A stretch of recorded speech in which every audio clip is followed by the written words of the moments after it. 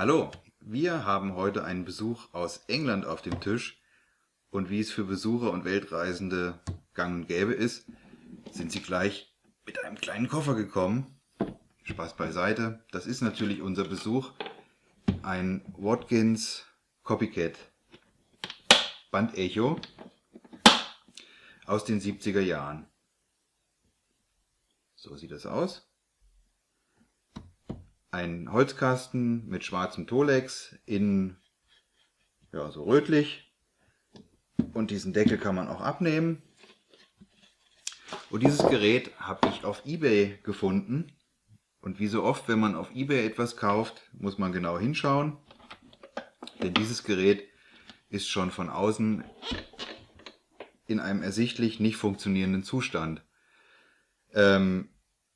Diese Copycat-Geräte haben, anders als viele Bandechos, sonst keine Andruckrolle. Also da ist nichts, was das Band gegen den Kapstan presst.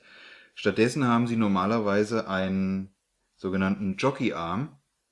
Das ist ein kleiner Arm mit Rollen dran, mit Umlenkrollen, der von einer Feder gehalten wird. Und der fehlt hier ganz offensichtlich, weil der müsste normalerweise hier drin stecken.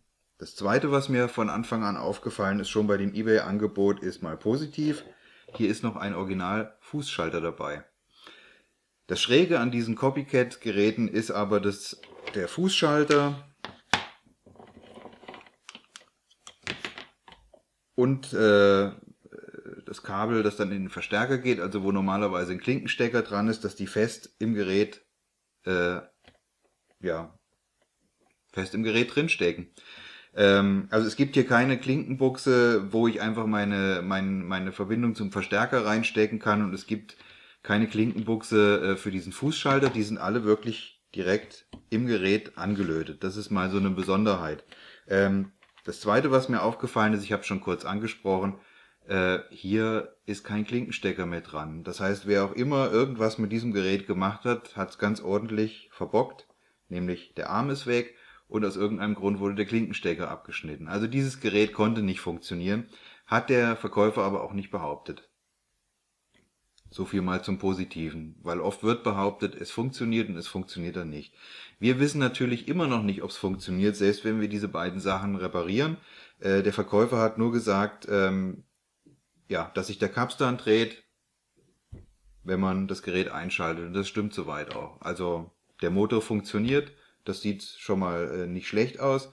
Die Tonköpfe sehen äußerlich auch ganz okay aus, aber das Gerät müsste halt auch mal gereinigt werden. Das ist aber mehr optische Natur. Was auch optische Natur ist, hier fehlt eine Knopfkappe. Darum werde ich mich jetzt heute nicht kümmern, wobei ich trotzdem nochmal schauen werde, was für einen Durchmesser diese Knopfkappen haben, weil rote Kappen nachzukaufen ist an und für sich kein Problem. An und für sich auch nicht solche mit einer Markierung drauf. Exakt die gleichen werden wir nicht mehr bekommen. Reden wir mal über das Thema Ersatzteile. Das ist bei solchen Geräten ja auch immer eine ganz wichtige Sache. Die Firma WEM gibt es, glaube ich, sogar noch. Allerdings für so alte Geräte werden vom Hersteller normalerweise keine neuen Ersatzteile mehr gefertigt. Wo man die herbekommt, ist natürlich der Gebrauchtmarkt. Man könnte jetzt schauen, dass man irgendein Ersatzteil auf dem Gebrauchtmarkt findet.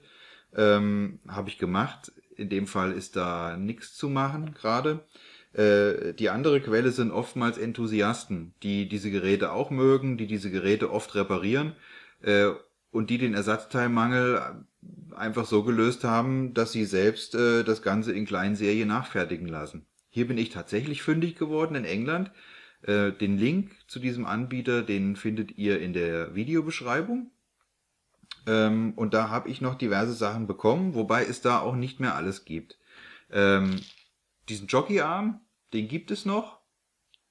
Hier mal in einer Ausführung aus Aluminium. Normalerweise gibt es den als Plastik, was jetzt aber an und für sich auch kein Problem ist.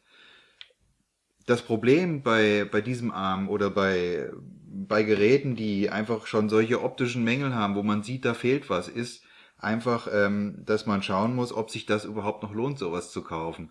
Weil dieser Jockeyarm ist keine einfache oder keine günstige Reparatur. Dieser Arm alleine kostet so an die 60 Euro. Und dieser Arm alleine bringt's auch noch nicht, denn im Gerät, das werden wir nachher sehen, ist noch ein, ja, das heißt sogenanntes Fulcrum Bearing. Also da ist noch mal eine Hülse und unten an der Hülse ist noch ein kleiner Metall, ja, kein Stab, es ist mehr so, ja, so eine Metalllasche. Wir werden das nachher auch etwas genauer sehen.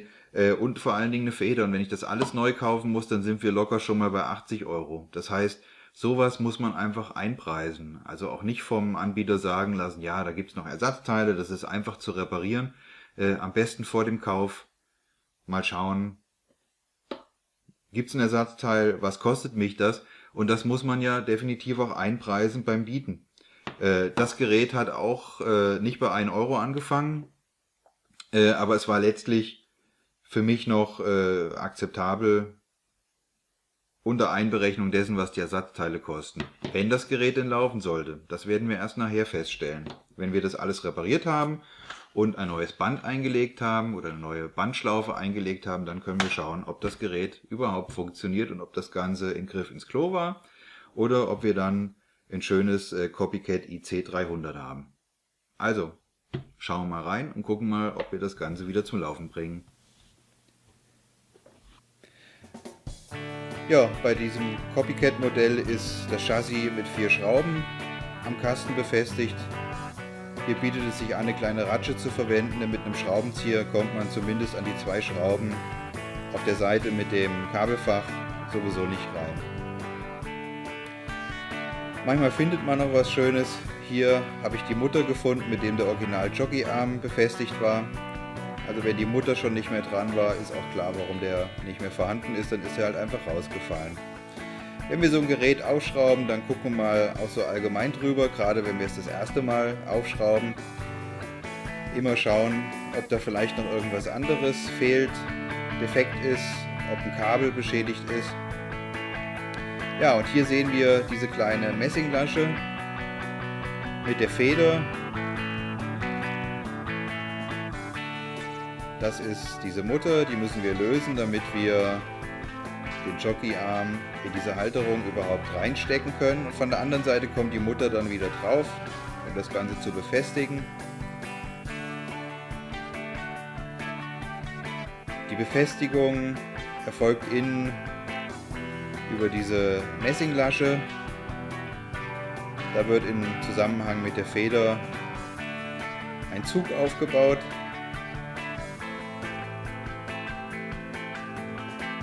Und es ist natürlich wichtig, dass diese Verbindung fest ist, damit bei der Bewegung des Jockeyarms über diese Messinglasche auch die Feder gespannt wird.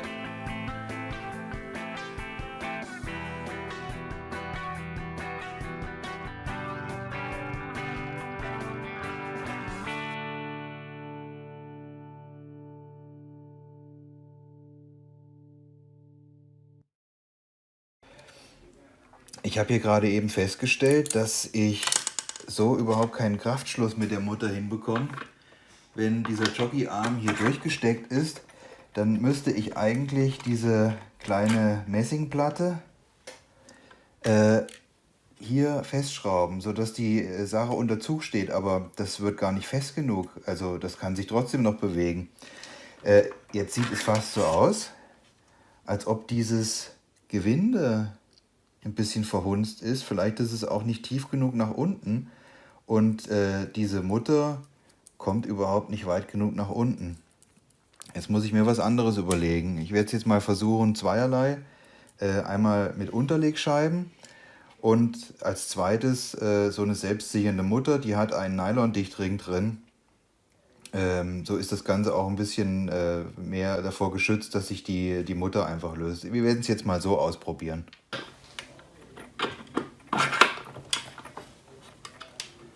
Also jetzt setzen wir das Ding ein bisschen unter Spannung. Machen hier einfach mal beide Unterlegscheiben drauf und nehmen die selbstsichernde Mutter. Und ich glaube, da werden wir ein viel besseres Ergebnis erzielen.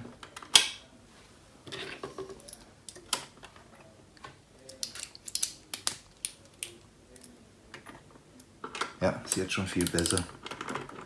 Und falsche Richtung.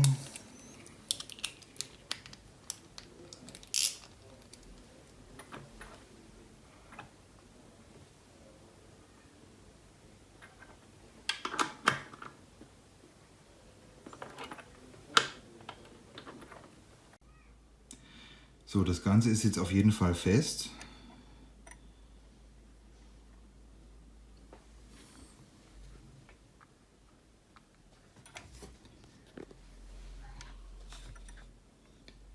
Es stemmt sich jetzt auf jeden Fall dann gegen das Band. Also der Jockeyarm, der geht in die Richtung, während das Band ja letztlich in die Richtung zieht. Ob das Ganze jetzt allerdings richtig eingestellt ist, das werden wir erst sehen, wenn wir jetzt mal ein Band drauflegen. Es könnte sein, dass das vielleicht so noch nicht passt.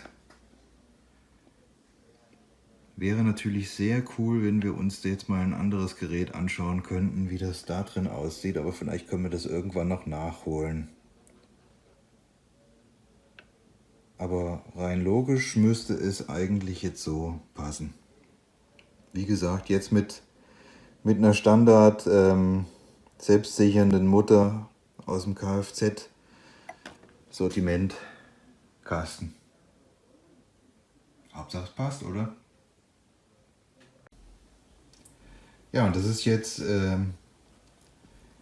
der Copycat Echo Tape Loop Original Manufacturer Ausstattung, 20 Loops in einem Karton, und so sieht es aus.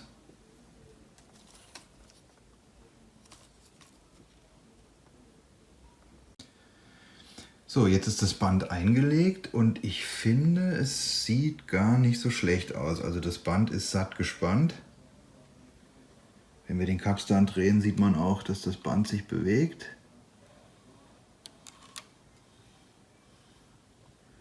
Und der Jockeyarm, der sieht nicht schlecht aus. Also ich glaube, so ist das eigentlich in Ordnung. Schauen wir nochmal, wie es von unten aussieht. Ja, ich denke, das passt. Das können wir auf jeden Fall so lassen.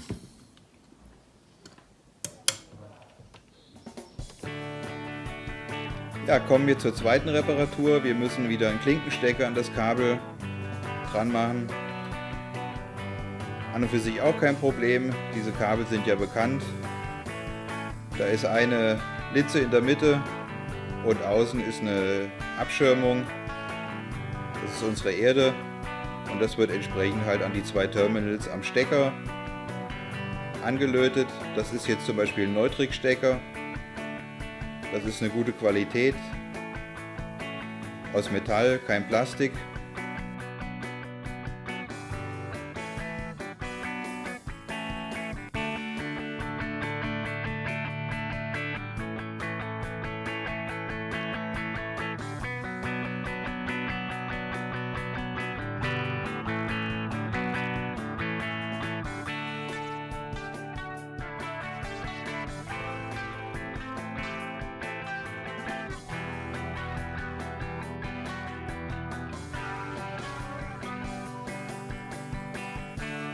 Also ein bisschen ein kleines Puzzle, das ist immer schon ganz gut, wenn man mal vorher guckt, wie rum es dran kommt. Das war jetzt nämlich genau falsch.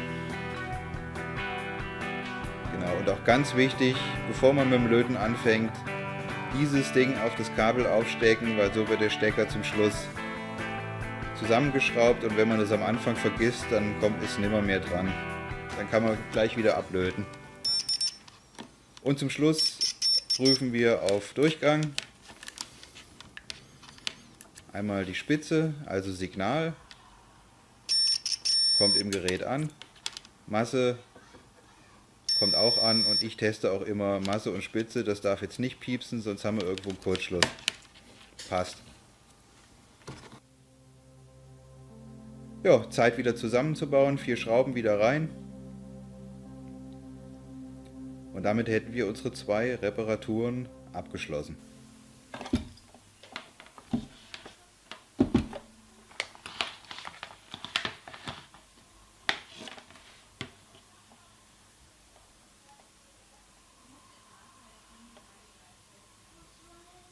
Relativ kurzes Kabel, aber so war es wohl früher.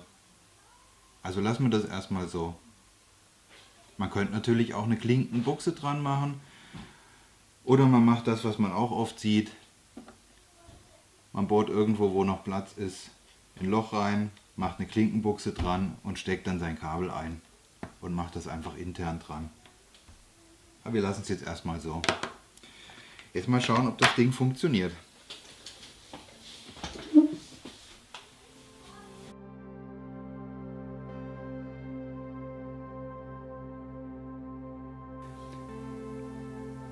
Ja, ich teste das jetzt mal durch. Jeden Kanal. Das Gerät hat ja 4 Eingänge. Und es hat 3 verschiedene Echolängen über die Auswahlschalter der Wiedergabeköpfe. Kann man ruhig mal jeden Knopf drücken, an jedem Rädchen drehen, mal schauen, ob alles funktioniert.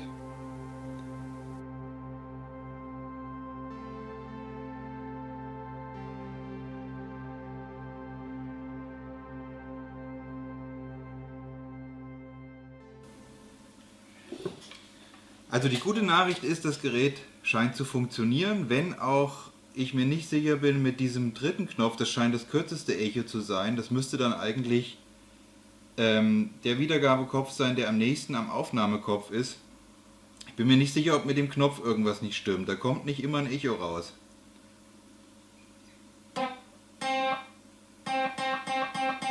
Jetzt das Echo aus.